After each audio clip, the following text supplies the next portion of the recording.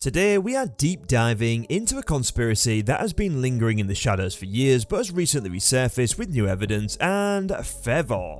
It involves none other than the greatest basketball player of all time, LeBron James. Some say he's a once-in-a-generation talent, while others believe his success has been aided by performance-enhancing drugs. Yes, you heard that right. In this video, we're going to explore the shocking claims, that supposed evidence, and the expert opinions that suggest LeBron may have cheated his way to the top.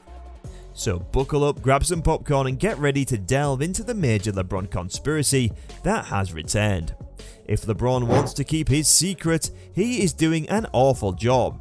It seems pretty obvious from what he just said. In late February, LeBron went down grabbing his foot, the mics heard him say.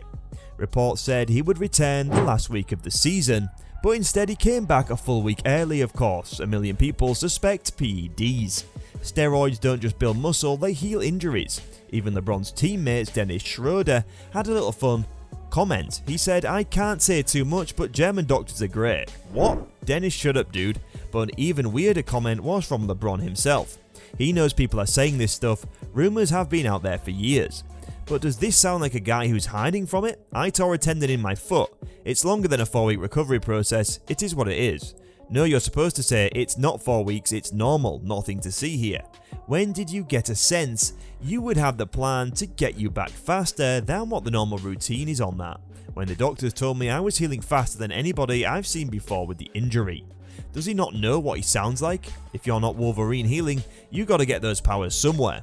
So either LeBron is innocent or there is something he knows that we don't, and from looking at the evidence, I have a good idea what it might be. If this conspiracy is true, it would hurt LeBron. It doesn't matter that the other players take peds.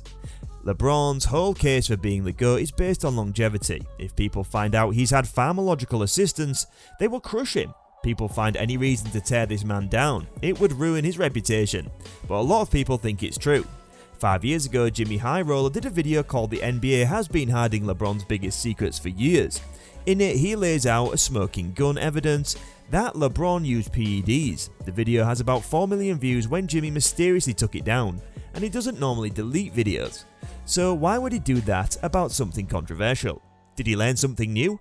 Did somebody important message Jimmy? Luckily, people reacted to the video, so we can still watch it, and I found two very disturbing things. The first thing is when LeBron was linked to a steroid clinic in Miami after he joined the Heat.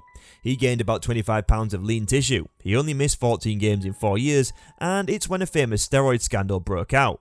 A guy named Tony Bush was running a clinic in Miami, supplying tons of athletes, including Alex Rodriguez. 14 players were suspended for getting caught, but all of them played baseball.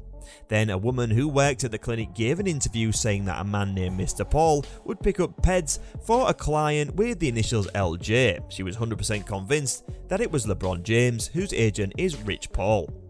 But the problem is that story came from one reporter, a guy named Incarcerated Bob, who did it on his internet blog. Not exactly rock solid, and the report was an interview done in text. We don't even have the old employee on video. A guy named Incarcerated Bob just makes up a story like that? No, so it's a shady report to say the least. And the other evidence in the video is when LeBron went back to Cleveland. Started slow, he was skinny, so people speculated he got off the juice. Then he took a break in the season, which he never does, to go back to Miami to revitalise and rejuvenate. What does that mean?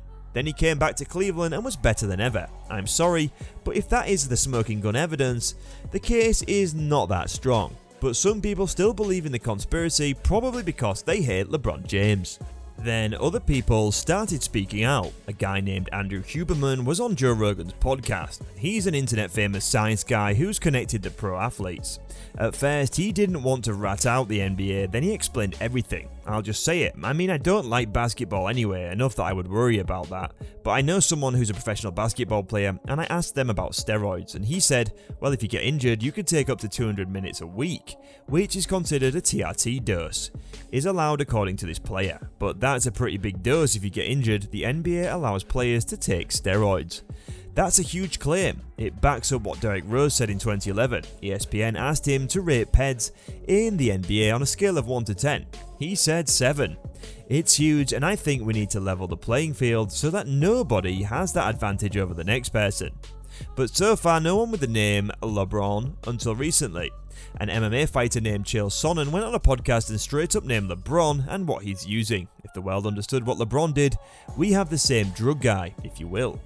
I know exactly what he's doing. EPO matters. It's the reason LeBron takes it. Well, it matters. EPO increases your red blood cells, which gives you endurance so you can play all game long. It's the king of performance enhancers. EPO is what Lance Armstrong did in the Tour de France, and he never failed the drug test. But there's one problem with all this. Neither EPO nor testosterone heals injuries. If the conspiracy is true, that means there is a different compound here that has not been named. A YouTuber named Derek from More Plates More Dates explains why he thinks HGH makes sense.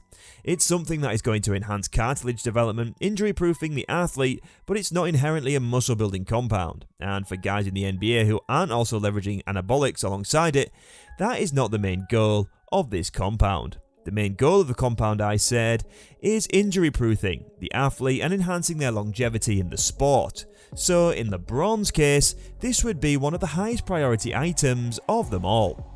But if that's true, we have 0 NBA players ever tested for HGH. Even with the recent crackdown on steroids, the only guy was Wilson Chandler, for a different compound that just promotes HGH. Well, the reason is it's the easiest drug to best on a test. According to the CBA, players can get checked for HGH 2 times during the season, and that test is easy to beat. So if a guy took it to recover, all he would have to do is stop 2 days before he returns to the court and you're good. So when LeBron is bragging about healing faster than the doctors have ever seen, he is either innocent or 100% confident that he will never get caught. So far, it's just a conspiracy. There is 0 proof, everyone will have their opinion. But it's fun to think about that, especially when LeBron is dropping him. But one guy we know is not on PEDs is Austin Reeves, LeBron's young teammate who somehow went from a skinny white kid to the most viral Laker this year. Thanks for watching the video guys on the LeBron James conspiracy. Do you believe that LeBron is using performance enhancing drugs? Let us know in the comments below. And also, if you enjoyed the video, be sure to give it a thumbs up and subscribe to our channel for more sports related content. Also, don't forget to hit that notification bell so you never miss out on one of our awesome videos. Until next time guys, thanks for watching, we really appreciate it, have a great day and we'll see you in the next one. Goodbye for now.